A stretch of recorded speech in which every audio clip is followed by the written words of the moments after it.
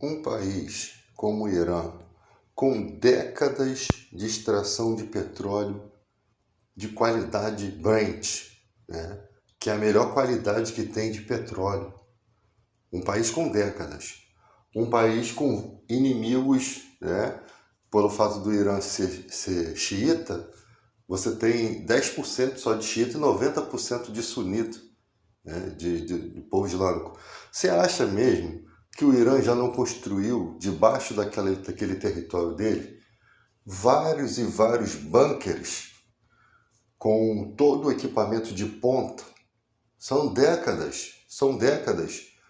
E sabendo que os Estados Unidos sempre buscou tretas, né, com todo mundo que ele inventou história, ele conseguiu ir lá invadir, sabendo que um dia aconteceria isso. Vocês acham mesmo que a tecnologia do Irã é realmente obsoleta, é fraca, tendo um país com uma quantidade dessa de petróleo, uma quantidade dessa de riquezas, né, que causa inveja nos americanos? Então, eles sabem que para uma nação como os Estados Unidos bombardear bunkers, primeiro que eles deveriam saber a localização, e segundo que não é qualquer míssil que desce ali. Tem que ser mísseis de alta capacidade e custo financeiro muito alto. Então você não pode desperdiçar os mísseis. Aquela parada da tinta térmica de aviação, dizem que aquilo foi mentira, foi uma fake news. E talvez também a parte dos aviões infláveis, né? O que é possível ser verdadeiro, tá? Mas dizem que foi fake news, pelo menos essa parte da tinta térmica que enganou os satélites e fez com que os Estados Unidos ganhassem, perdessem muito dinheiro ali pelo investimento do ataque. Só que a questão é a seguinte: as fake news elas estão desgastando também o governo Trump, né? Estão desgastando.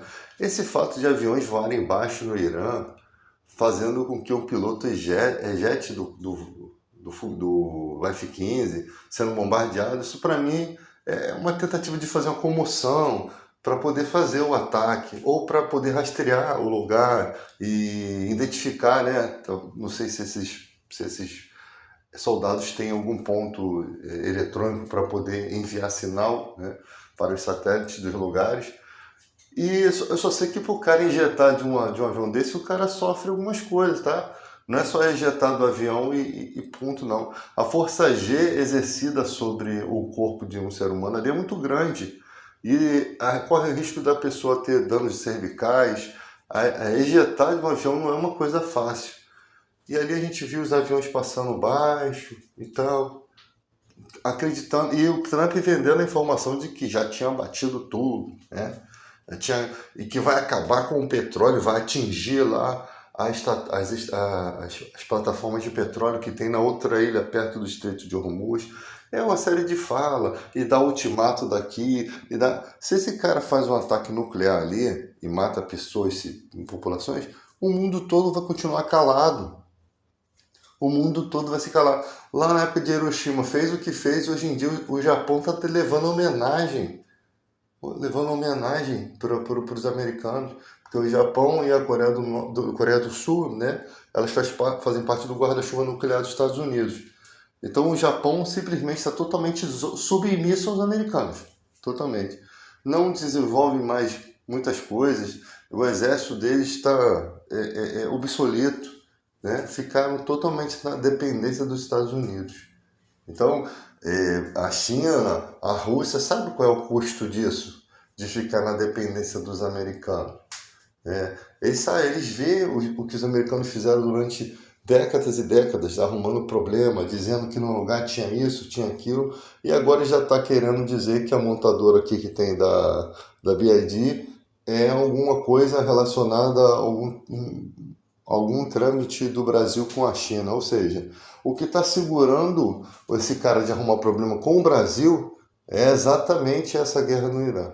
Então, cabe aos americanos saírem às ruas e desgastar muito esse governo para que esse cara sofra um impeachment. Porque esse cara vai aprontar aqui com o brasileiro também e com outras partes do mundo. porque os povos não se unem contra esse cara. A ONU praticamente está enfraquecida e humilhada pela retirada dos investimentos americanos, 85% dos investimentos. Então a ONU está praticamente com os setores, ninguém fala, né? Mas deve estar com um monte de setores inativados. Né? Os Estados Unidos tirou boa parte de recursos de um monte de instituições, ou seja, seriam instituições que mesmo recebendo recursos americanos, poderiam estar falando mal delas. Né? Então, mexeu-se nas esferas de influência, e essas influências no mundo, elas são importantes porque você move os americanos a se conscientizar do que aquele presidente está fazendo. E que as leis americanas, que o Congresso americano entenda que vocês não podem dar tanto poderes para um presidente assim, não.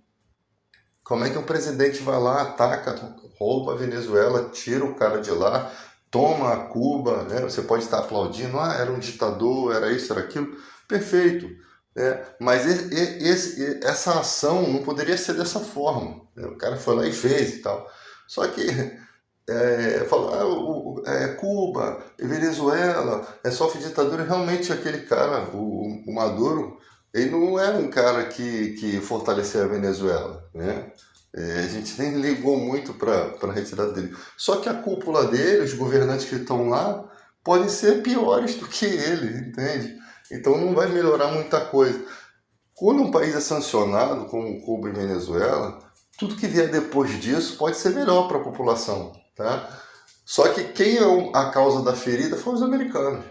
Se Cuba não tivesse a influência americana nem a Venezuela, esses países estariam bem demais, né? Estariam bem demais.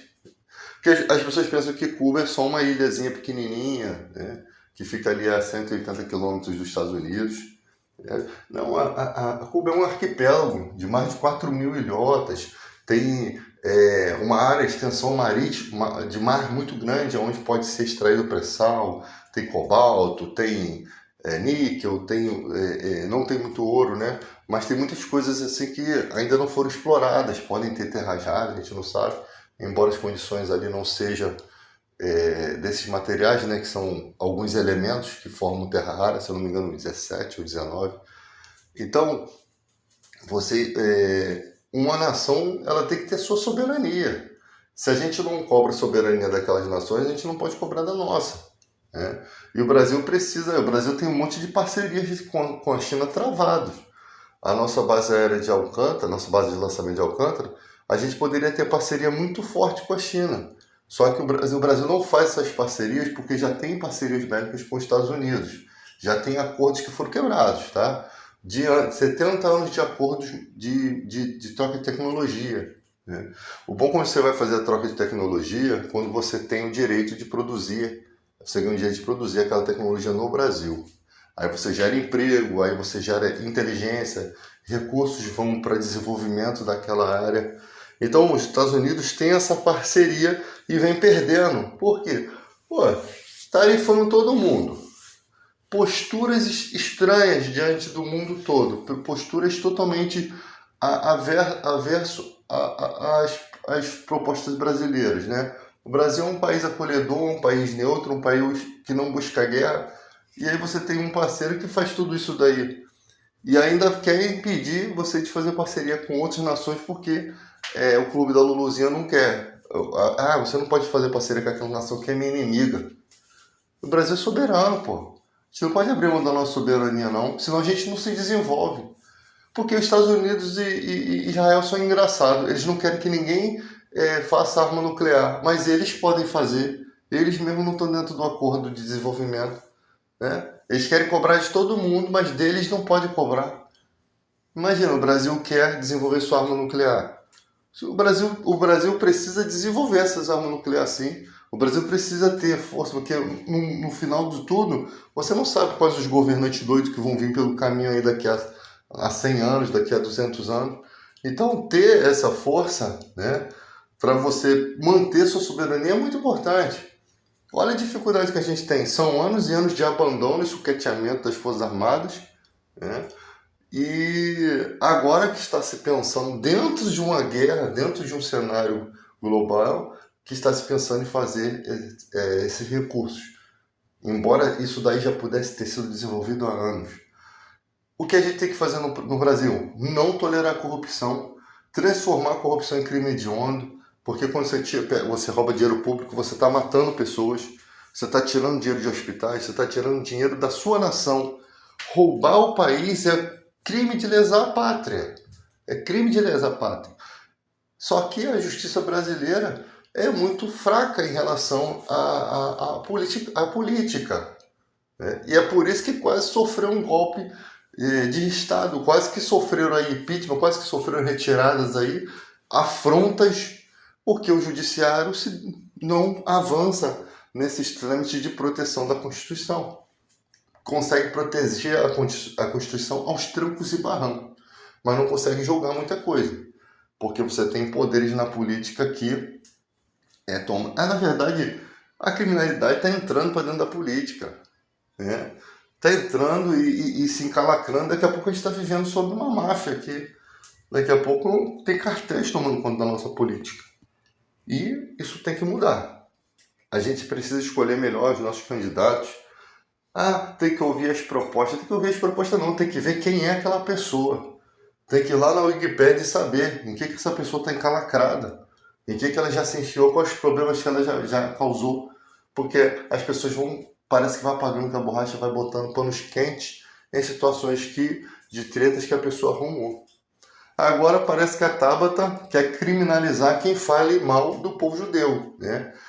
Como antissemitismo. Só que ela não se esquece que o povo árabe também é semita, tá? Você tem o direito de questionar situações. Ataque a Gaza, né? Maldade com a população de Gaza. O que a mídia estrangeira vendeu, a mídia nacional vendeu, não defendeu a população de Gaza, né? Fez a população brasileira achar que aquele povo ali pertencia realmente ao Hamas, era parte de grupos terroristas, quando na verdade era uma simples população que estava sendo esmigalhada, a ponto do presidente Lula ter falado até uma grande besteira, né? Comparou lá a questão do genocídio com a questão de Hitler. Ele falou uma grande besteira, mas só que um momento era propício a isso. Depois foi considerado pessoa não grata, né?